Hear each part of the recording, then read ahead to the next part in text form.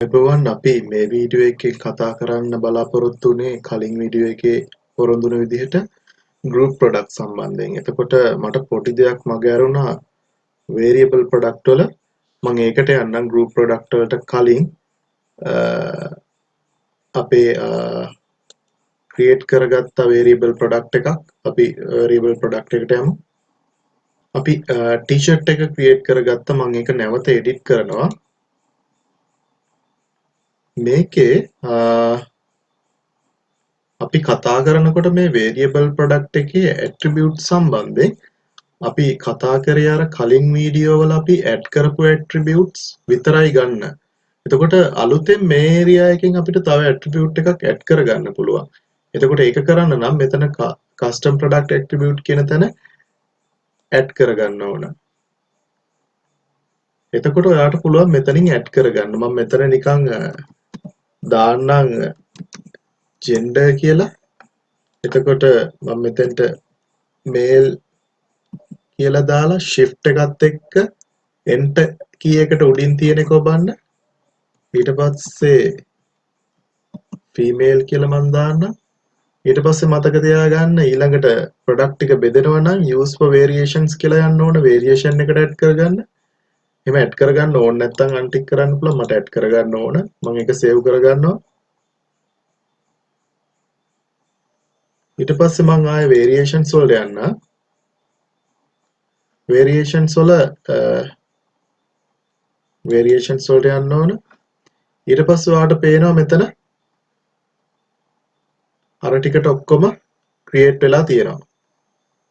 gender එකත් එක්ක. එහෙම create වෙලා නැත්නම් ඔයාට මෙන්න මේක create variations for all attributes කියලා දාලා go icon එක දෙන්න. එතකොට මේ ඔක්කොම create වෙනවා.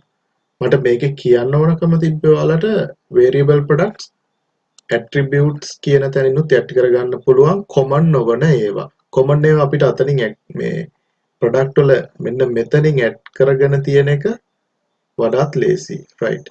අපි අලුත් product එකක් add කරගන්නවා. add new ගිහිල්ලා මේක මම කෙලින්ම group product කියලාම name එක දෙන්නම්.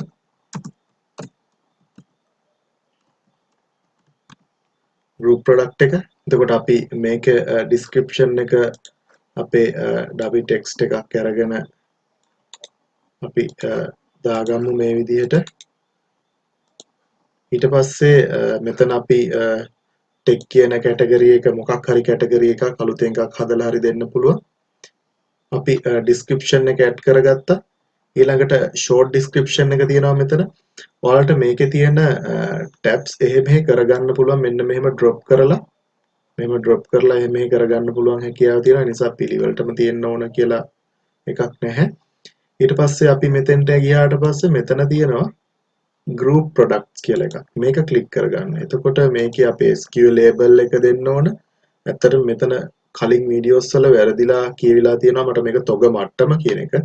තොග මට්ටමක් නෙමෙයි SKU කියන්නේ මේකේ label එකක්. stock keeping unit එකේ label එකක්, code එකක් වගේ අදහසක් එන්නේ. එතකොට මම මෙතන P01 කියලා දාන්න. ඊට පස්සේ මෙතන තියෙනවා link product කියලා. එතකොට මේ මෙතන product ටික අපි link කරන්න ඕන. group product ටික. එතකොට මම මෙතනට ගිහිල්ලා මෙතනින් visit store කියන එක click කරලා අලුත් එක්කර ගන්නවා. මොකද මට add කරපු product එකේ මුල් ලකුණු 3 මේ group product එක add කරගන්න suggest කරගන්න අපි යොදන්න ඕන. එතකොට මම නැවත product එකට ගියා. ඊට පස්සේ මම add කරගත්ත product ටිකක් තියෙනවා. TWS කියන එක අපි click කරගමු. TWS S. එතකොට මම මේක click කරගත්තා.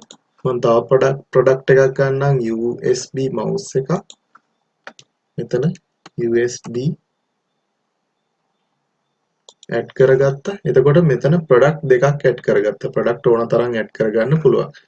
එතකොට මේ attribute කියන එකත් මේ group product එකට එනවා. මේකත් මෙතෙන්ට අදාළ වෙන්නේ නැහැ. ගොඩක් වෙලාට මේවා පාවිච්චි වෙන්නේ නැහැ. පාවිච්චි කරලා බලන්න මොන වගේ view එකක් දෙන්නේ කියලා. එහෙම තියෙනවා නම් ඔයාලට marketing idea එකක් ගන්න පුළුවන්. right. මම මේ දෙක විතරක් add කරගන්නවා. ඊට පස්සේ මම මේක publish කරගන්නම් ඔය විදිහට. ඊට පස්සේ මම මේ product එක view කරන්නම් ඔය විදිහට. අලුත් ටැබ් එකකින් මම අලුත් ටැබ් එකට යන්න. එතකොට ඔයාලට පේනවා group product එකක්. group product එක කියන්නේ අපේ නම මොකක් හරි දෙන්න බණ්ඩල් එකක් මොනවා හරි මාකටිං ප්‍රොමෝෂන් වලට වගේ තමයි වැදගත් වෙන්නේ. එතකොට මේ දෙකම එකට දාලා තමයි අපි විකුණන්නේ. quantity එක ඇඩ් කරගන්න පුළුවන්. right. එතකොට group product කියන එක සම්බන්ධයෙන් අවබෝධයක් ලබා ගත්තා. ඊට පස්සේ අපි යනවා ඊළඟ product එක කරන්න. ඊළඟ product එක external affiliate product එකක්. ඒ product එක සම්බන්ධයෙන් ඊළඟ වීඩියෝ එකේදී කතා කරමු.